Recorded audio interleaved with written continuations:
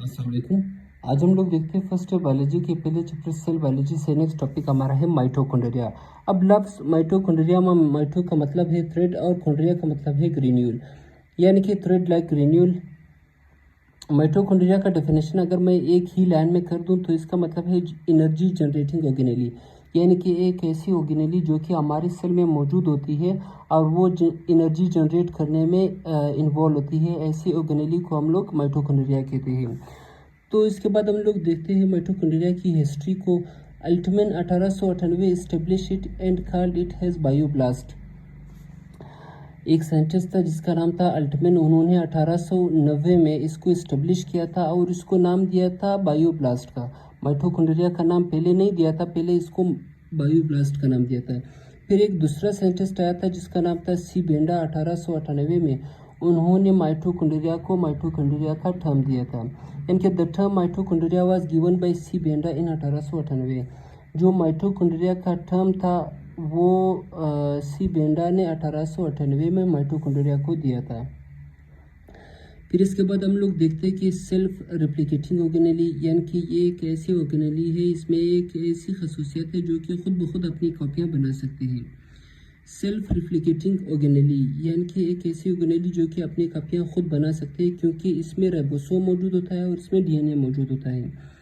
Ribosome क्योंकि protein बनाता है और डीएनए से मुख्तलिफ़ किस्म के आरएनए बनते हैं, तो इसी वजह से इसमें ये खसूसियत होती है कि ये अपने आप को खुद रिप्लिकेट कर सकता है।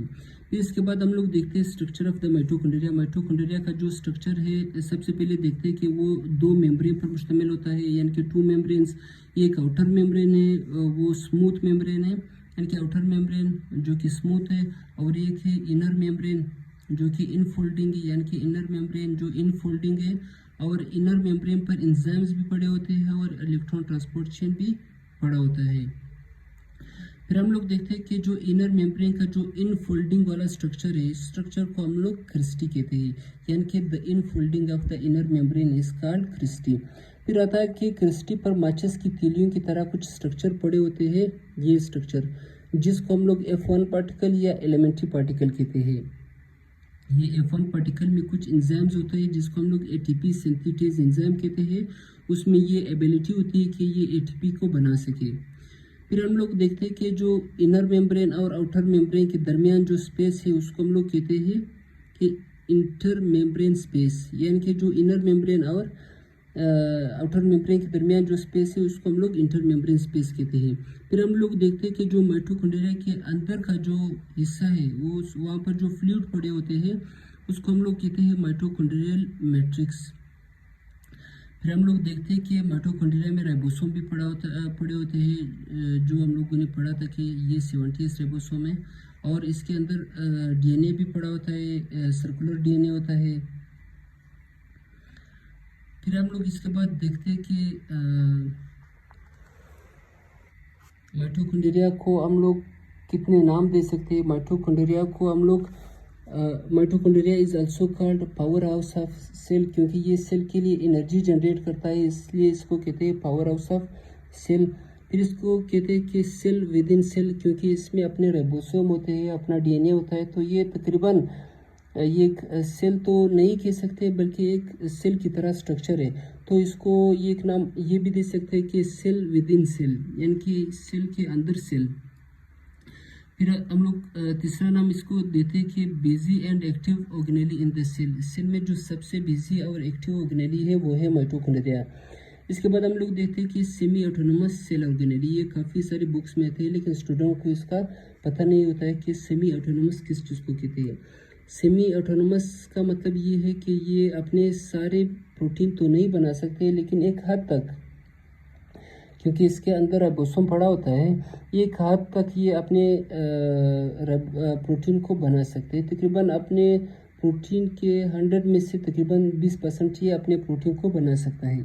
सेमी ऑटोनोमस का मतलब ये है कि able to make some of their own protein, यानी कि इसमें ये एबिलिटी होती है कि अपने जो इसको रिक्वायर्ड होते हैं प्रोटीन का, उसमें से कुछ हिस्सा ये खुद ब खुद बना सकते हैं।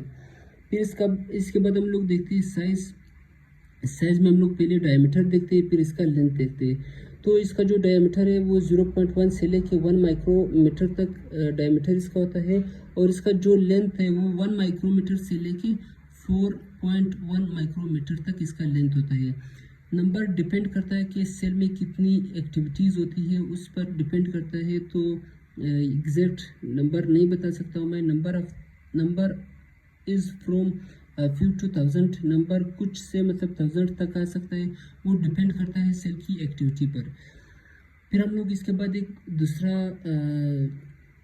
टर्म यूज़ करते हैं जिसको हम लोग खोंड्रियोम कहते हैं। खोंड्रियोम जब सेल में मौजूद जितने भी माइटोकॉन्ड्रिया की तादाद होती है उसको हम लोग कलेक्टिवली खोंड्रियोम कहते हैं। यानी कि all the mitochondria present in a cell are collectively called chondriome. Cell में जितने भी माइटोकॉन्ड्रिया मौजूद होते हैं उन सब को हम लोग खोंड्रियोम कहते हैं। All mitochondria present in a cell are collectively called chondriome. फिर इसके बाद दूसरा टर्म आता है कि माइटोप्लास्ट। माइटोप्लास्ट का क्या मतलब है कि जब सेल के जो माइटोकॉन्ड्रिया के दो मेम्ब्रेन थे, एक था आउटर मेम्ब्रेन, एक था इनर मेम्ब्रेन। जब हम लोग इसका आउटर मेम्ब्रेन रिमूव करते हैं तब हम लोग इसको माइटोप्लास्ट कहते हैं। यानी कि the mitochondria without outer membrane is called mitoplast. Mitochondria without outer membrane is called mitoplast. Mitochondria is a double membrane bonded organelle. Mitochondria चूंकि डबल मेम्ब्रेन बॉन्डेड ऑर्गेनेली है और ये प्रेजेंट होता है यूकैरियोटिक सेल में।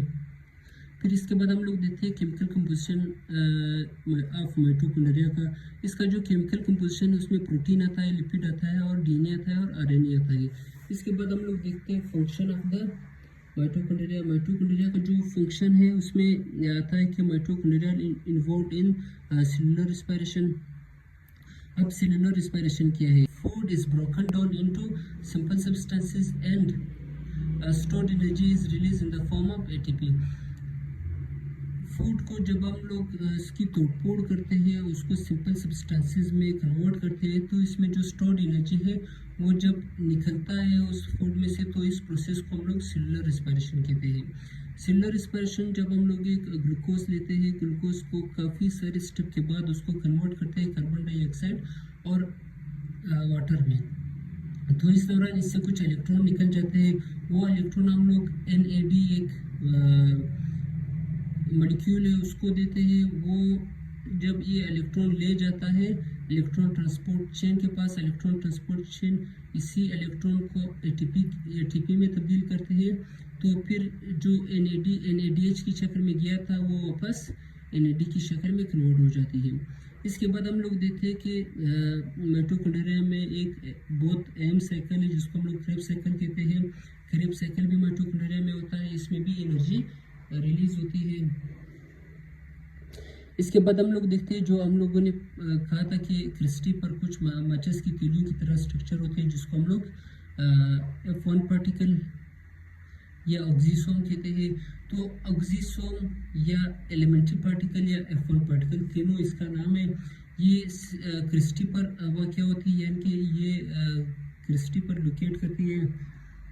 फिर इसके बाद हम लोग देखते हैं कि they are helpful in cellular respiration. ये सेलुलर रेस्पिरेशन में मदद देते हैं। They contain the ATP synthetase enzyme. इसमें ATP सिंथेटेज एंजाइम होता है F1 पार्टिकल में, which is responsible for the synthesis of ATP, जो कि रिस्पॉन्सिबल होता है ATP बनाने के लिए। यहाँ तक का हमारा टॉपिक। अगर वीडियो पसंद आई हो तो वीडियो को लाइक ज़रूर करें।